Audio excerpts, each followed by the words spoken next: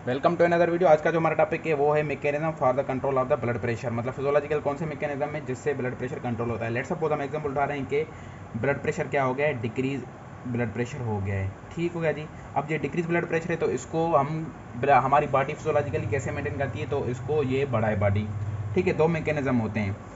एक होता है रेनिन एंजियोटेंसिन अल्डोस्टेरोन सिस्टम, ठीक है जी, रास।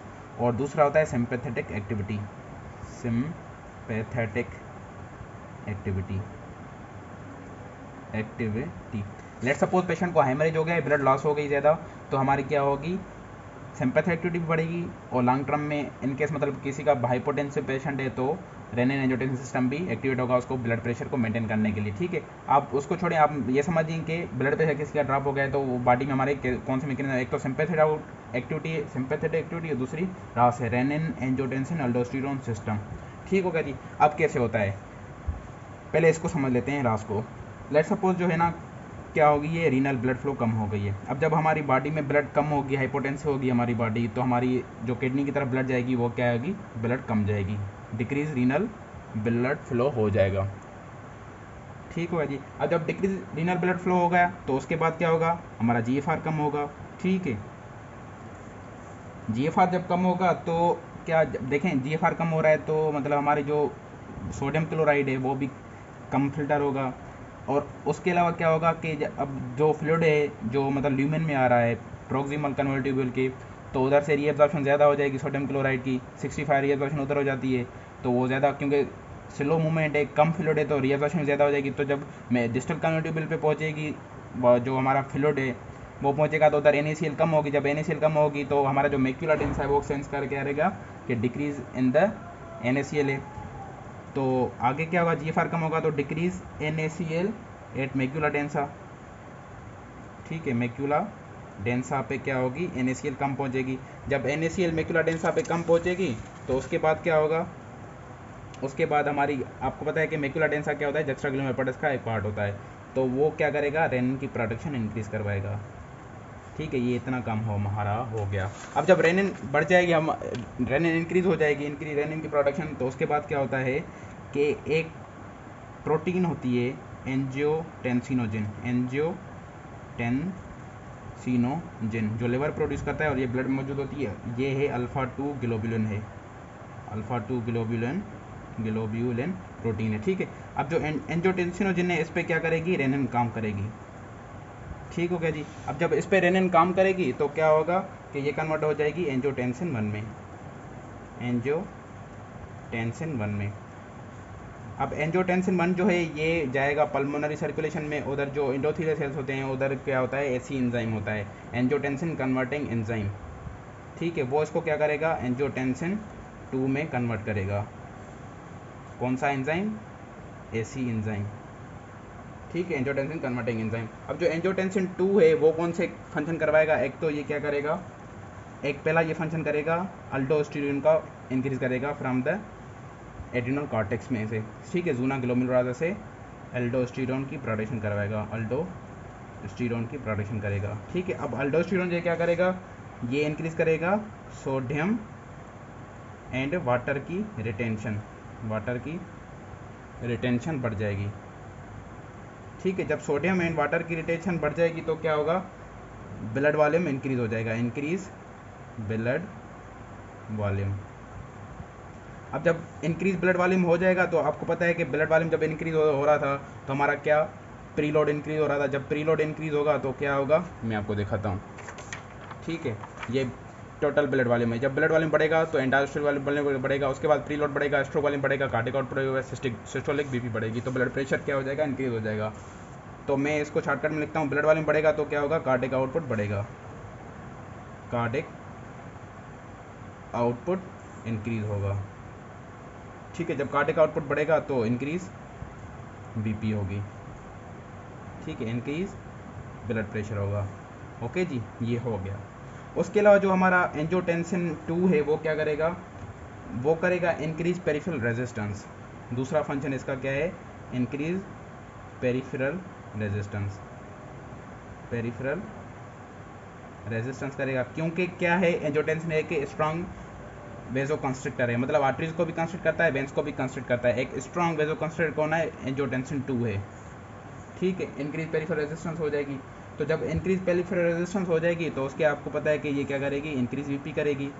ठीक है, डायरेक्टली डायस्टोलिक बीपी बढ़ेगी। और अगर विनोमोटर टोन है उसको भी कंस्ट्रिक्ट करवा रहा है तो एंड डायस्टोलिक वॉल्यूम बढ़ेगा, प्रीलोड बढ़ेगा, स्ट्रोक वॉल्यूम बढ़ेगा, कार्डियक आउटपुट बढ़ेगा, ब्लड प्रेशर बढ़ेगा। दिखाएं ना, देखें इधर देखें, विनोमोटर टोन बढ़ रहा है ना, विनोमोटर टोन बढ़ेगा, एंड डायस्टोलिक वॉल्यूम बढ़ेगा, प्रीलोड बढ़ेगा, स्ट्रोक वॉल्यूम बढ़ेगा, कार्डियक आउटपुट बढ़ेगा, systolic BP, blood pressure increase हो जाएगा। ठीक होगा जी, पेरिफेरल रेजिस्टेंस की वजह से। उसके अलावा सेम बात है, ये इंक्रीज वीनो कंस्ट्रक्शन करवाएगा, वीनो कंस्ट्रक्शन रिपीट हो रहा है। ठीक है, इंक्रीज वीनो कंस्ट्रक्शन बढ़ाएगा तो क्या होगा? Increase venous return. ठीक है, जब इंक्रीज वीनस रिटर्न होगी तो क्या होगा? इंक्रीज एंड डायस्टोलिक वॉल्यूम होगा। जब इंक्रीज एंड डायस्टोलिक वॉल्यूम होगा तो उसके बाद क्या होगा? इंक्रीज प्रीलोड होगा, प्रीलोड। जब इंक्रीज प्रीलोड होगा तो क्या होगा? इंक्रीज स्ट्रोक वॉल्यूम होगा, स्ट्रोक वॉल्यूम होगा। जब इंक्रीज स्ट्रोक वॉल्यूम होगा तो इंक्रीज कार्डियक आउटपुट होगा। ठीक है, जब इंक्रीज कार्डियक आउटपुट होगा तो इंक्रीज बीपी होगी। ठीक हो गया जी, ये समझ में आ गया। तो एंजियोटेंसिन 2 ने कितने फंक्शन करवाए? एक तो अल्डोस्टेरोन की, उसके जैसे ब्लड वॉल्यूम बढ़ा, उसके वजह से कार्डियक आउटपुट बढ़ा और इंक्रीज बीपी हुआ। दूसरा, टोटल पेरिफेरल रेजिस्टेंस बढ़ाई, क्योंकि एक विनो वेजो आर्टीरियल कंस्ट्रक्टर है तो उस वजह से क्या होगा? इन बीपी, ब्लड प्रेशर, डायस्टोलिक बढ़ जाएगा। तीसरा क्या है? विनो कंस्ट्रक्टर है, विनो कंस्ट्रक्टर की वजह से क्या होगा? वेंस कंस्ट्रक्ट करेंगी, विनोटोन इंक्रीज होगा, विनस रिटर्न ज़्यादा होगी, एंड डायस्टोलिक वॉल्यूम ज़्यादा होगा, उसकी वजह से प्रीलोड ज़्यादा होगा, उसकी वजह से क्या होगा? स्ट्रोक वॉल्यूम ज़्यादा होगा, स्ट्रोक वॉल्यूम ज़्यादा होगा, कार्डियक आउटपुट बढ़ेगा और इंक्रीज इन बीपी होगी। ठीक है, ये क्या था? सारा रास का था। अब देखें, इधर ही हम ड्रग पढ़ेंगे क्या होगी। कुछ ड्रग्स हैं जो एस इनहिबिटर हैं, एंजियोटेंसिन कन्वर्टिंग एंजाइम इनहिबिटर हैं, वो एंटी हाइपरटेंसिव ड्रग्स हैं। कुछ ड्रग्स हैं जो एंजियोटेंसिन 2 रिसेप्टर ब्लॉकर्स हैं। ठीक है, ARBs जिनको बोलते हैं, उनको हम ब्लॉक करेंगे तो ये हमारी सारी एक्टिविटी रिड्यूस हो जाएगी, ब्लड प्रेशर ड्रॉप हो जाएगा हमारा। ठीक है, कुछ ड्रग्स जो हैं विनो डायलेटर हैं, मतलब ये वेन्स कंस्ट्रिक्ट है तो विन डायलेटर हैं। कुछ ड्रग्स हैं जो आर्टीरियल डायलेटर हैं, टोटल पेन रेजिस्टेंस कम करेंगी तो हमारा बीपी डिक्रीज हो जाएगा। तो यही ड्रग्स हैं। देखें, फिजियोलॉजिकल पैरामीटर आपको याद हो गए, ड्रग्स ईजी हैं, उनका मैकेनिज्म ईजी है। अब अगर मैं सिंपैथेटिक एक्टिविटी की बात करूँ तो सिंपैथेटिक एक्टिविटी हमारी कैसे कंट्रोल करती है, ये भी समझना लाजमी है। अब जो सिंपैथेटिक एक्टिविटी है वो स्टार्ट, मतलब जब एक्टिवेट होती है तो 3 काम होते हैं। ठीक है, बॉडी में, मतलब ब्लड प्रेशर के से रिलेटेड। कौन से? एक तो बीटा 1 जो रिसेप्टर होते हैं, हमने पढ़े थे एड्रेनर्जिक सिस्टम में, वो beta 1 receptor on the juxtaglomerular apparatus पे एक्टिवेट होते हैं और उसकी वजह से क्या होती है? इंक्रीज रेनिन होती है। ठीक है, ये काम हो गया। जब इंक्रीज रेनिन होगी तो सारा फंक्शन ये हो जाएगा, सारा जो हमने मैकेनिज्म पढ़ा ये ठीक हो गया जी। उसके अलावा ये क्या करता है कि हमारे जो अल्फ़ा 1 रिसेप्टर्स होते हैं वो एक्टिवेट होते हैं। अल्फ़ा 1 रिसेप्टर्स, उन पे काम होगा, नॉरेपिनेफ्रिन जाके काम करेगी। कहाँ पे मौजूद होते हैं? On the smooth muscles of vessels. ठीक हो गया जी। अब जब smooth muscles of the vessels पे अल्फ़ा 1 रिसेप्टर काम करेंगे तो उनमें क्या होगी? कंस्ट्रक्शन मौजूद, मतलब उनमें स्मूथ मसल्स क्या करेंगे? कंट्रैक्ट करेंगे तो हमारी जो वेन्स हैं, आर्टरीज हैं, वो क्या हो जाएंगी? कंस्ट्रिक्ट हो जाएंगी। जब कंस्ट्रिक्ट हो जाएंगी तो क्या होगा? देखें क्या होता है। एक तो मतलब क्या होगा? एक वीनो कंस्ट्रक्शन होगी, मतलब वेन्स कंस्ट्रिक्ट हो जाएंगी, वीनो कंस्ट्रक्शन हो जाएगी। और दूसरा क्या होगा?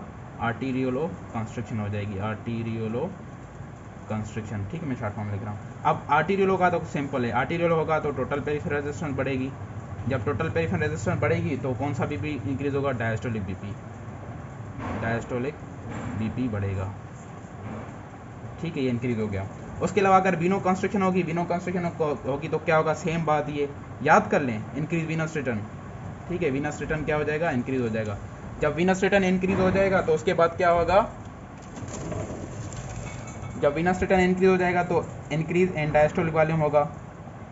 ठीक है, जब इंक्रीज एंड डायस्टोलिक वॉल्यूम हो जाएगा तो क्या होगी? इंक्रीज प्रीलोड हो जाएगी। सेम बात ये। ठीक है, जब इंक्रीज प्रीलोड होगी तो उसके बाद क्या होगा? इंक्रीज स्ट्रोक वॉल्यूम हो जाएगा। जब स्ट्रोक वॉल्यूम बढ़ेगा तो क्या होगा? कार्डियक आउटपुट बढ़ेगा। ठीक है, जब कार्डियक आउटपुट बढ़ेगा तो ब्लड प्रेशर बढ़ेगा हमारा। ठीक है, देखें ब्लड प्रेशर बढ़ गया हमारा, ये एक मैकेनिज्म। और जो तीसरा सिंपैथेटिक एक्टिविटी का काम है वो है activation of the beta 1 receptor on heart, important function है। ठीक है, अब ये क्या कैसे होगा? इंक्रीज हार्ट रेट करेगा एक तो, उसकी वजह से क्या होगा? इंक्रीज कार्डियक आउटपुट होगा।